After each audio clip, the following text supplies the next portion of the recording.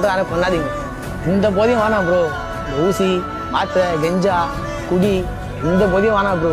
இன்னைக்கு நான் அவசரப்படுறா யாரும் அவசரப்படக்கூடாதுங்களா? இவர் ட்ரக் இன்ஜெக்ஷன் எடுத்துக்கும் போது அந்த இது இவர் கையிலே கிளாட் ஆகிடுது. ரொம்ப வலி அனுபவிச்சிருக்காரு. டாக்டரை போய் பார்த்தோன்னே அது உன் கையிலே கிளாட் ஆகிடுச்சு, உன் கையை வெட்டி எடுத்தால் தான் உன்னை காப்பாற்ற முடியும், இதுக்கு வேறு வழியே இல்லை அப்படின்னு சொல்லிட்டு சொல்லிடுறாங்க. ஃபேமிலிக்கெலாம் இன்ஃபார்ம் பண்ணதுக்கப்புறம் ஹாஸ்பிட்டலுக்கு வந்து அலறாங்க, புலம்புறாங்க. அதுக்கப்புறம் இவன் கையை வெட்டி எடுக்க போகும்போது அவர் ஒரு விஷயத்த சொல்லியிருக்காரு.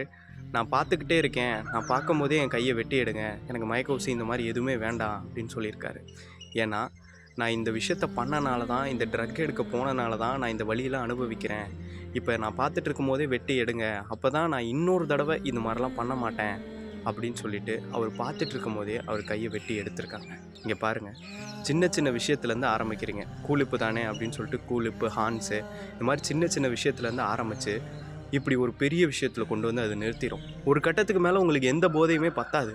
ஸோ நீங்கள் அடுத்துன்னு போய்கிட்டே தான் இருப்பீங்க. கூலிப்பு பத்தலையா, அடுத்து வந்துட்டு சிகரெட் பிடிப்பீங்க, சிகரெட்டும் பத்தலையா தண்ணி அடிப்பீங்க, உங்களுக்கு சரியான போதையை தரலையா கஞ்சா அடிப்பீங்க, அதுக்கப்புறம் இந்த மாதிரி ட்ரக்ஸ் இன்ஜெக்ஷன். இந்த மாதிரி நிலமையில நீங்கள் இருந்தால் உங்கள் ஃபேமிலி உங்களை பார்க்கும்போது அவங்க எப்படி ஃபீல் பண்ணுவாங்கங்கிறத ஒரு நிமிஷமாவது யோசிச்சு பாருங்கள்.